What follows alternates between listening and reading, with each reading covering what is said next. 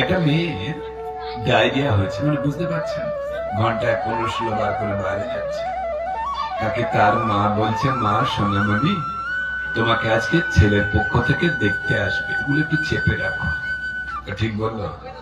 চাপার জিনিস ওগুলো। তাকে 10 ভরি ওজনের খাঁটি সোনার নেকলেস দিয়ে বলছে, মা তোমাকে সোনার নেকলেস দেব, তুমি ওটা চেপে রাখো, যেও না, তোমাকে দেখতে আসবে। ও চাপতে পারবে? তার যে ডায়রিয়া হয়েছে, ওকে লোভ দেখিয়ে, ভয় দেখিয়ে, বুঝিয়ে সুজিয়ে ওটা সারার ব্যবস্থা করা যাবে না। কেননা ভেতরে একটা রোগ জীবাণু বাইরে থেকে প্রবেশ করেছে।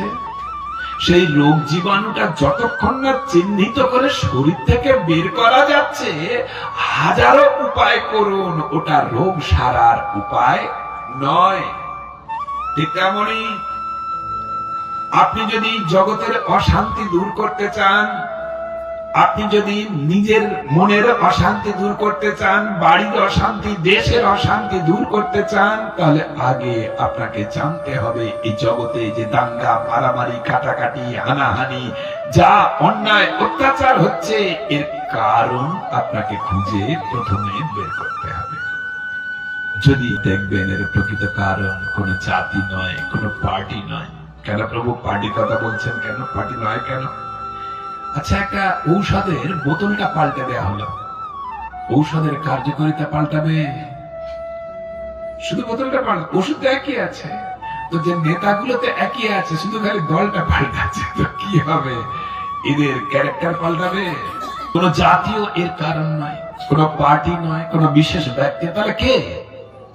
ভালো করে খোঁজ নিয়ে দেখবেন, এই যত অশান্তি, যত অত্যাচার, যা কিছু হচ্ছে, সব প্রকৃত কারণ হচ্ছে প্রত্যেকটা মানুষের মধ্যে যে দিন দিন ক্রোধ, হিংসা, বিদ্বেষ, লোভ, লালসা, অসহিষ্ণুতা, কাম, এগুলো দিন দিন বেড়ে চলেছে। এগুলোই হচ্ছে প্রকৃত কারণ। ওই রোগটা তো শত্রু, রোগীটা তো নয়।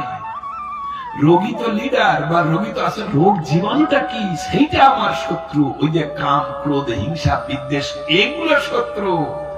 ওই মানুষটা, ডাক্তারের শত্রুকে রোগটা না রোগীটা? রোগটা, রোগীটাকে মারা যাবে নাকি? তাহলে সেটাকে, তাহলে এই প্রত্যেকটা মানুষের মনের ভেতরে যে ক্রোধ, হিংসা, বিদ্বেষ, লোভ, লালসা, এগুলো আপনি যদি সারতে চান, তাহলে কি করতে হবে? তার কারণটা জানতে গেলে ওটা আপনি বিজ্ঞানের ল্যাবে গিয়ে খোঁজ খবর পাবেন না।